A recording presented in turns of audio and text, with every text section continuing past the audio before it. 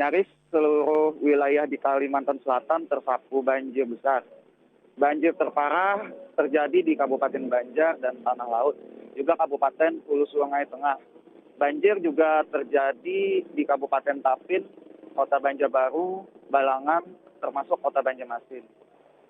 Sekedar diketahui, Badan Nasional Penanggulangan Bencana atau BNPB mencatat sebanyak 27.100 rumah terendam banjir dan 100.000 lebih warga di Kalimantan Selatan mengungsi akibat banjir yang terjadi hingga hari ini.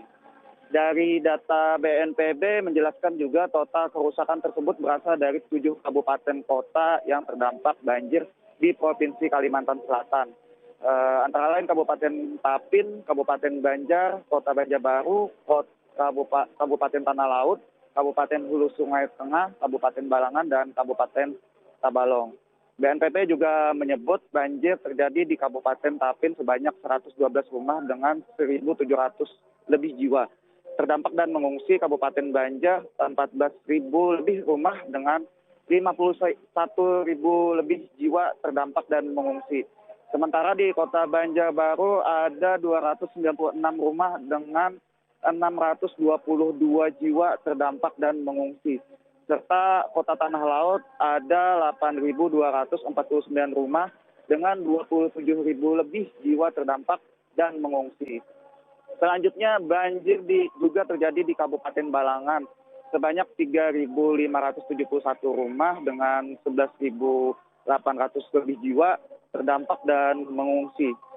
Dan untuk Kabupaten Tabalong ada sekitar 92 rumah dengan 180 jiwa terdampak dan mengungsi, serta Kabupaten Hulu Sungai Tengah ditemukan ada 11.200 jiwa dan mengungsi 11.200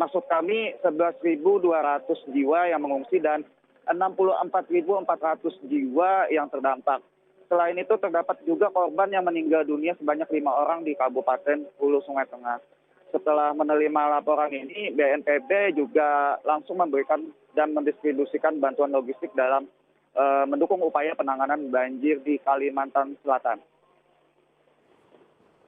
Arpawi Ya. itu terkait dengan penanganan korban banjir. Kalau Dan hingga kini dari informasi yang kami dapati juga ya, memang hanya sebagian untuk yang bantuan yang terdistribusi. Dari informasi yang kami dapati memang hanya sebagian kabupaten sudah disalurkan. Apalagi saat ini pemerintah dan juga para relawan berupaya secara mandiri untuk membantu korban lainnya yang mengalami banjir lebih parah, termasuk di Kota Banjarmasin yang mengadakan posko-posko penggalangan bantuan untuk disalurkan.